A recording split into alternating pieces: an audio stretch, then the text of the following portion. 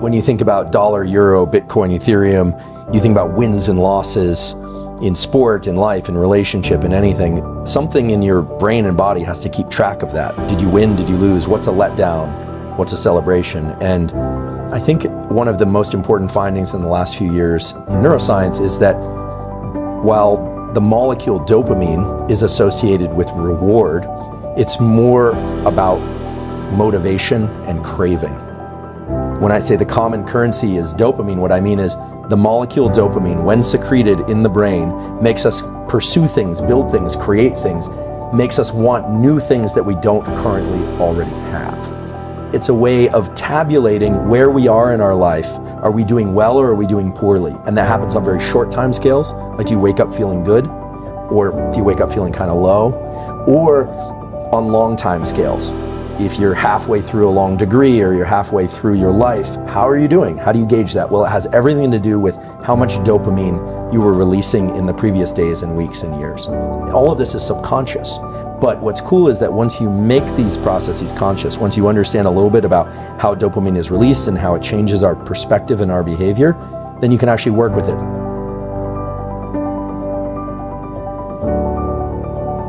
To this example, the person that's not motivated, that can't get off the couch, that doesn't want to do anything. Well, this is the problem. We remember the rat experiment?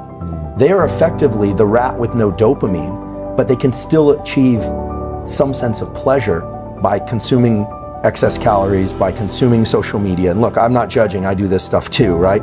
Scrolling social media. If you've ever scrolled social media and you're like, I don't even know why I'm doing this. It doesn't really feel that good.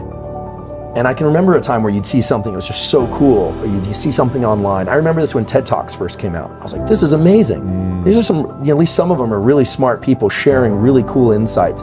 And then now that there are like a gazillion TED Talks, I remember spending a winter in my office when I was a junior professor, cleaning my office finally, and binging TED Talks in the background, thinking this is a good use of my time. Pretty soon, they all sucked to me. I was like, this isn't good. So what you need to do is stop watching TED Talks for a while, wait, and then they become interesting again. And that's this pain-pleasure balance.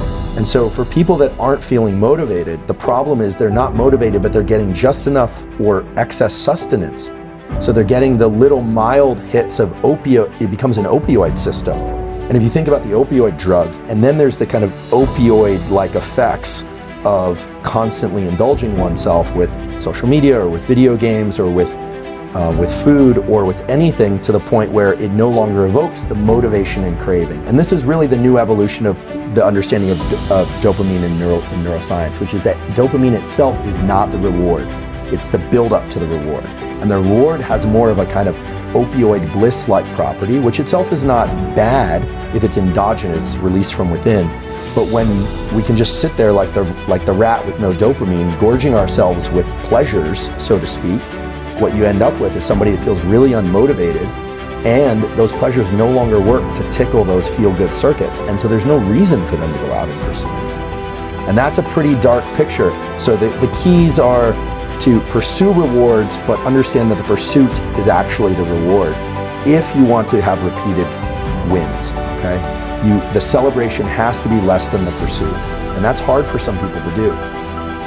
If you can start to identify the craving as its own internally released drug, this thing dopamine, that is a source of motivation, then what you realize is that capturing the reward is wonderful, but attaching dopamine to the reward is actually a little bit dangerous. Celebrating the win more than the pursuit, it actually sets you up for failure in the future. And so this gets us right into something called dopamine reward prediction error.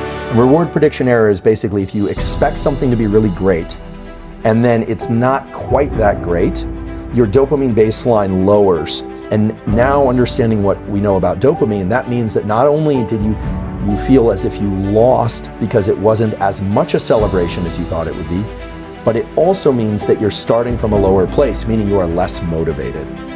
Anytime you have a bunch of dopamine and you're in pursuit, after you achieve a win, now this could be a business win, a relationship, a win of any kind, but inevitably there's going to be a tipping back of the scale on the pain side.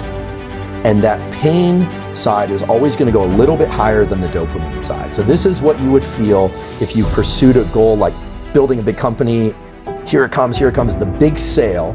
And then there's the, well, what now? The kind of letdown. Now, if you simply wait and stop pursuing dopamine for a short while, the scale starts to reset. The problem is a lot of people immediately roll right into the next pursuit. And then what happens is that scale starts to get stuck on the pain side. Little bit more. And pretty soon, no amount of seeking will allow you to experience that craving and motivation. So what does this mean in terms of an actual tool? Well, first of all, if people can do what you do, they're going to be in a much better position in life. Doesn't matter if it's school, sport, relationship, any domain of life. If you can start to register, that craving and that friction and that desire, that almost kind of low level of agitation, sometimes high level of agitation, that is that I'm trying to impose my will on the world in a benevolent way, we hope, that's dopamine. It's working with its close cousin, which is epinephrine, which is adrenaline. They are very close cousins. In fact, dopamine manufactures epinephrine. A lot of people don't know this, but adrenaline is actually made from the molecule dopamine. Okay, so those two are hanging out together. It's like crave and work, crave and work. And then you get the win. And some people allow the big peak in dopamine to be associated with the win.